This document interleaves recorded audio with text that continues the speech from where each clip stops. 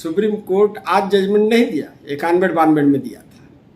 उस समय न केंद्र में वे भारतीय जनता पार्टी की सरकार थी और न कुछ था।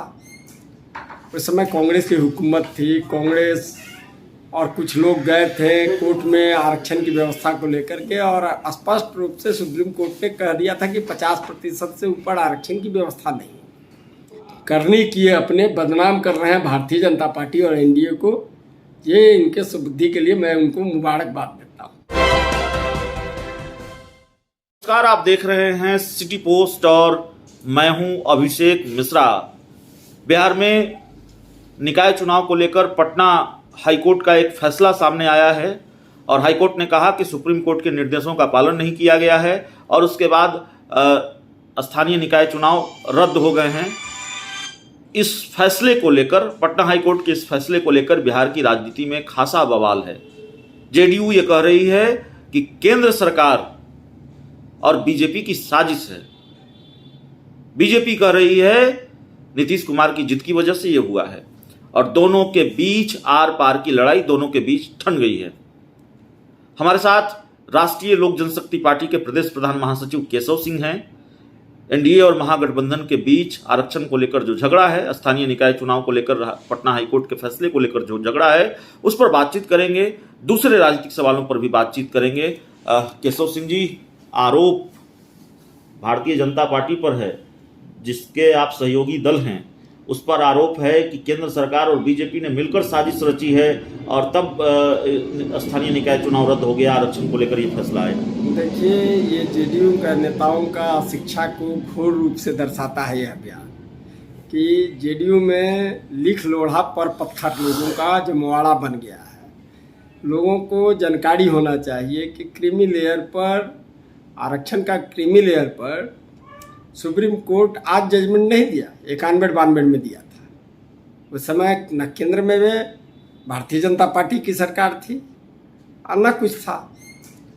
उस समय कांग्रेस की हुकूमत थी। कांग्रेस और कुछ लोग गए थे कोर्ट में आरक्षण की व्यवस्था को लेकर के, और स्पष्ट रूप से सुप्रीम कोर्ट ने कह दिया था कि 50% से ऊपर आरक्षण की व्यवस्था नहीं है। जब 50% से ऊपर आरक्षण की व्यवस्था नहीं होगी तो राज्य सरकार बिना आयोग बनाए हुए हड़बड़ी में किस ढंग से नगर निकाय में आरक्षण व्यवस्था कर दिया।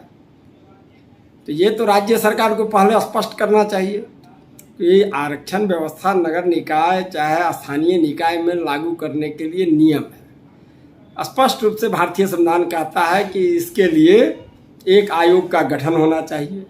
आयोग पहले उस क्षेत्र का जातीय समीकरण का गणना करेगा और उसके साथ साथ ये देखेगा कि किस वार्ड में, किस परिधि में, किस जाति, किस बिरादरी, किस धर्म, किस मजहब के लोग कितने संख्या में हैं और किसको आरक्षण दिया जा सकता है। और जितने वहाँ के वार्ड हैं कुल, उसका 50% ही आरक्षण के दायरे में रखना है। आरक्षण का दायरा कौन बढ़ा दिया बिना आयोग के अनुमति का? ये सब नीतीश कुमार हड़बड़ी में किया। हड़बड़ी में किए क्यों? तो समय पर कोई काम नहीं करना है। स्थानीय निकाय का चुनाव का टर्म पूर्ण रहा था, आपको 5 वर्ष हो रहा था, आज से 2.5-3 महीना पहले, 3 महीना पहले, 4 महीना पहले इनको वोटर लिस्ट बना लेना चाहिए था।